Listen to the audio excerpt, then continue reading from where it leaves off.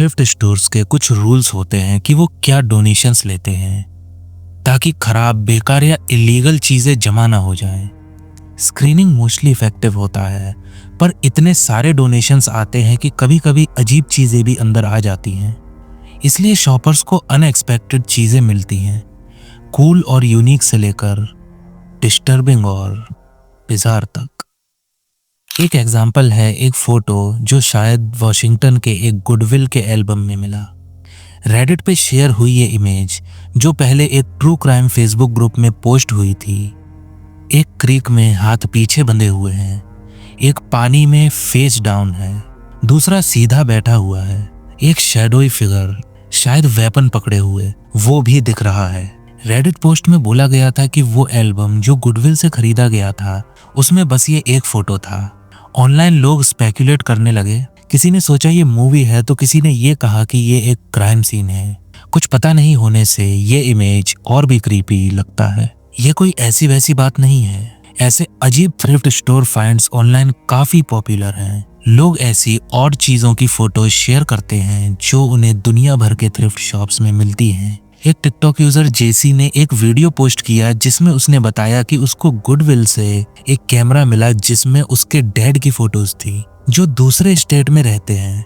लोगों ने और इन्फॉर्मेशन मांगी, पर जेसी ने कभी नहीं बताया कि कैमरा एरिजोना में कैसे पहुंचा। ऐसे कोइंसिडेंसेस भले ही रेयर लगते हों, सरप्राइजिंगली कॉमन है। जेसी के पोस्ट पे लोगों ने अपने ऐसे एक्सपीरियंसेस बताए। किसी को वेडिंग एल्बम मिला जिसमें उसकी खुद की फोटोज थी। किसी और को फैमिली क्रिसमस फोटो मिला एक थ्रिफ्ट शॉप में, जो उनके रिलेटिव्स के घर से बहुत दूर था। ये फाइंड्स और भी डिस्टर्बिंग हो सकते हैं। 2023 में एरिजोना में गुडविल एम्प्लॉइज को एक ह्यूमन स्कल मिला एक डोनेशन बॉक्स में। पुलिस इन्वेस्टिगेशन में पता चला कि वो किसी ऐसे पर्सन का था जो नेचुरल कॉजेज से मरा था, पर वो डोनेशन बॉक्स में कैसे आया ये मिस्ट्री अभी भी है। ऑनलाइन शेयरिंग की वजह से ये बिजार डिस्कवरीज और ज्यादा हाईलाइट हो गए हैं। इन स्ट्रेंज चीजों की मिस्ट्री शायद कभी सॉल्व नहीं होंगी, जो इनको और भी इंट्रीगिंग और क्रीपी बना देता है।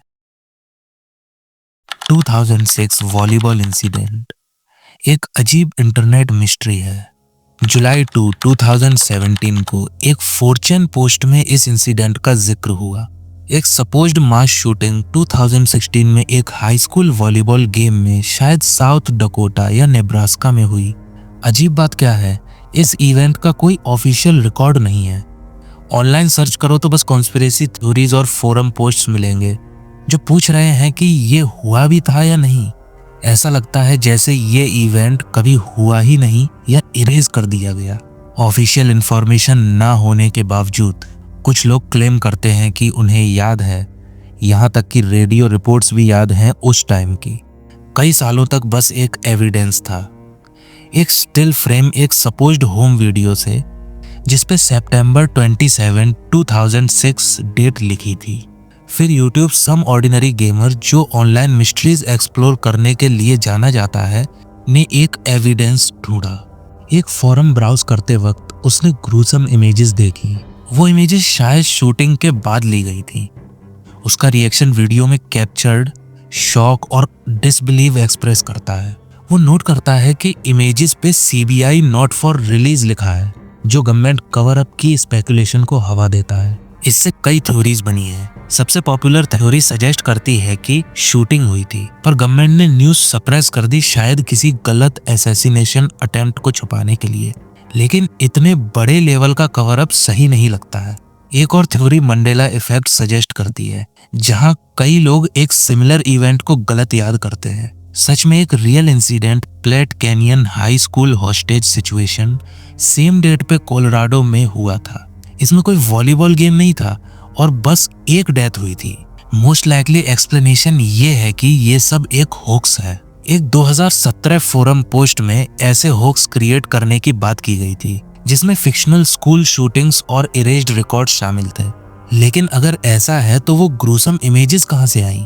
7 साल बाद भी इस डिस्टर्बिंग इंटरनेट रैबिट होल का सच पता नहीं है। स्पॉन्टेनियस ह्यूमन कंबशन एक बहुत ही डराने वाली चीज है, जहां लोग बिना किसी बाहरी चीज के आग पकड़ लेते हैं और बस राख बन जाते हैं।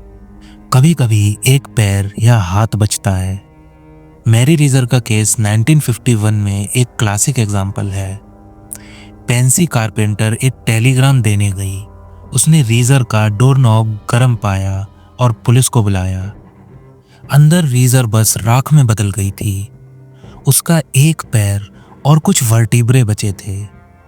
अजीब बात यह है कि आसपास का अपार्टमेंट बिल्कुल ठीक था। आग से कोई नुकसान नहीं हुआ था। इस बिजार सीन ने स्पॉन्टेनियस ह्यूमन कंबशन के मिस्ट्री को और बढ़ा दिया। रीजर का केस अकेला नहीं है। ऐसे ही इंसिडेंट्स जैसे डॉक्टर बेंटली का 1966 में विक्टिम्स अक्सर एल्डरली, ओवरवेट होते हैं और आसपास कोई आग का सोर्स होता है। कुछ लोग सुपरनेचुरल एक्सप्लेनेशंस देते हैं जैसे पोल्टरगाइस्ट या कॉस्मिक फोर्सेस, पर उनका कोई एविडेंस नहीं है। ये प्रपोज करता है कि कोई बाहरी चीज जैसे सिगरेट कपड़ों में आग लगा देती है। अगर वो पर्सन कमजोर है तो आग फैल जाती है और बॉडी फैट फ्यूल की तरह काम करता है, जैसे कैंडल वैक्स। ये एक्सप्लेन करता है कि टॉर्सो ज्यादा क्यों जलता है, क्योंकि वहां फैट ज्यादा होता है और लिम्स कंपैरेटिवली कम। लेकिन इस इफेक्ट को रेप्लिकेट करने के एक्सपेरिमेंट्स फुली सक्सेसफुल नहीं रहे। ब्रायन फोर्ड की थ्योरी एक और लेयर ऐड करती है। वो सजेस्ट करता है कि एल्कोहलिज्म या लो कार्ब डाइट्स जैसे फैक्टर्स बॉडी में एसीटोन क्रिएट करते हैं, जो कि एक हाईली फ्लेमेबल सब्सटेंस है। उसके एक्सपेरिमेंट्स एसीटोन सोक्ड पपेट्स के साथ, जो स्पॉन्टेनियस ह्यूमन कंबशन केसेस की तरह चले, इसको सपोर्ट करते हैं। लेकिन ये थ्योरी एक्सप्लेन नहीं करती कि स्पॉन्टेनियस ह्यूमन कंबशन इतना रेयर क्यों है। अगर एसीटोन और एक आग का सोर्स ही चाहिए तो इतने केसेस क्यों नहीं होते, स्पेशली जबकि अब हर जगह कैमरास हैं। स्पॉन्टेनियस ह्यूमन कंबशन अभी भी एक डिस्टर्बिंग पजल है। व्हाइल विक इफेक्ट और एसीटोन थ्योरीज कुछ इनसाइट्स देते हैं, वो इस फेनोमेनन को फुली एक्सप्लेन नहीं करते। मिस्ट्री अभी भी बनी हुई है, एक chilling reminder of the unexplained.